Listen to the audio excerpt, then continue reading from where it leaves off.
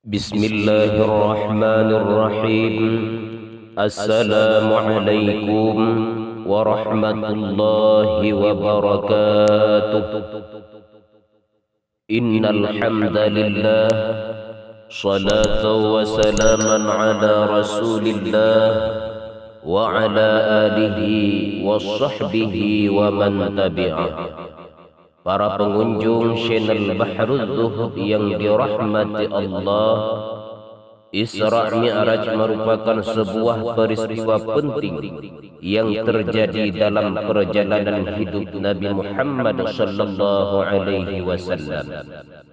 Dalam Isra Mi'raj, Rasulullah Muhammad sallallahu alaihi wasallam melakukan perjalanan dari Masjidil Haram di Makkah ke Masjidil Aqsa di Yerusalem, Palestina, menuju langit ketujuh, kemudian ke Sidratul Muntaha.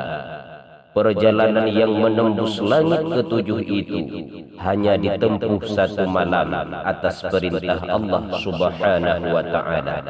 Di sanalah Nabi Muhammad menerima perintah dari Allah berupa salat 5 waktu.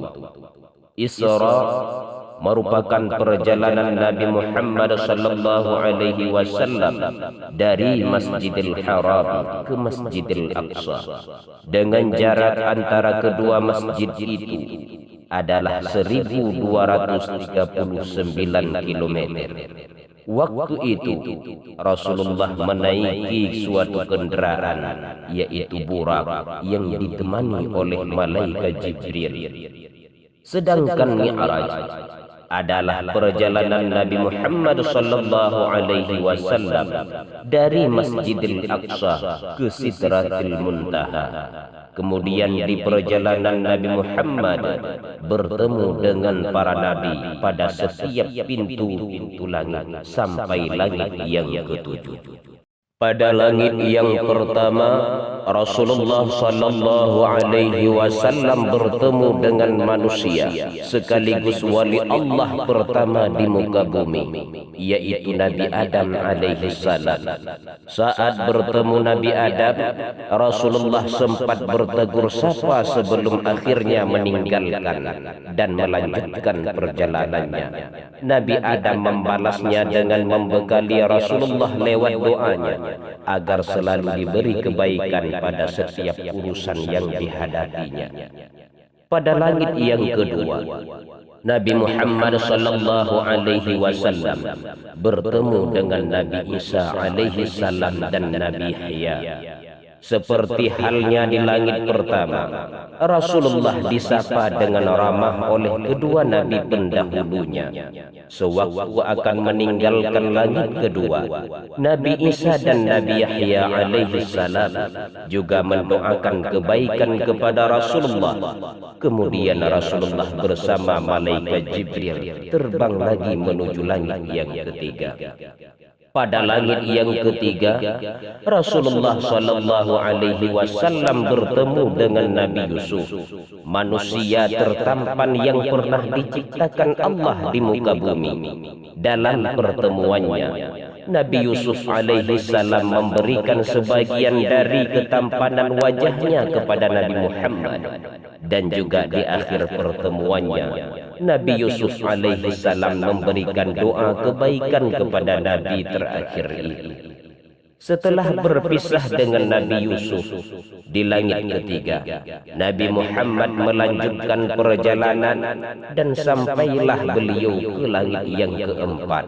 Pada tingkatan ini, Rasulullah bertemu dengan Nabi Idris alaihi salam, yaitu manusia pertama yang mengenal tulisan dan Nabi yang berdakwah kepada Bani Qabil di Mesir untuk beriman kepada Allah Subhanahu wa Ta'ala.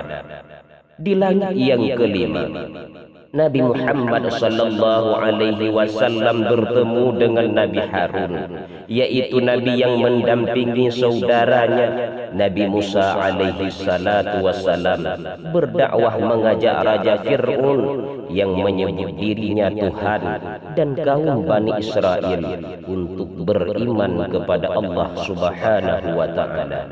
Pada langit yang keenam, Nabi Muhammad sallallahu alaihi wasallam dan malaikat Jibril bertemu dengan Nabi Musa alaihi salam, yaitu nabi yang memiliki jasa besar dalam membebaskan Bani Israel dari perbudakan dan menuntunnya menuju kebenaran ilahi.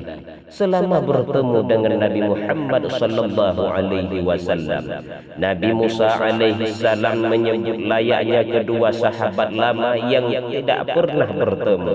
Sebelum Nabi Muhammad pamit meninggalkan langit keenam, Nabi Musa melepaskannya dengan doa kebaikan. Pada langit yang ketujuh, Nabi Muhammad sallallahu alaihi wasallam bertemu dengan Khalilullah, bapaknya para nabi, yaitu Nabi Ibrahim alaihi salam. Sewaktu bertemu Nabi Ibrahim sedang menyandarkan punggungnya ke Baitul Maqmur, yaitu suatu tempat yang disediakan oleh Allah kepada para malaikat. Setiap harinya tidak kurang daripada 70.000 malaikat masuk ke dalamnya. Kemudian Nabi Ibrahim mengajak Nabi Muhammad untuk pergi ke Sidratul Muntaha sebelum bertemu dengan Allah Subhanahu wa taala.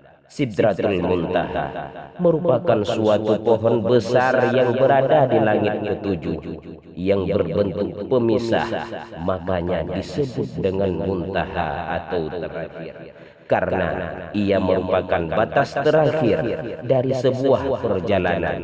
Tidak ada suatu makhluk pun yang pernah melewatinya kecuali Nabi besar Muhammad sallallahu alaihi wasallam.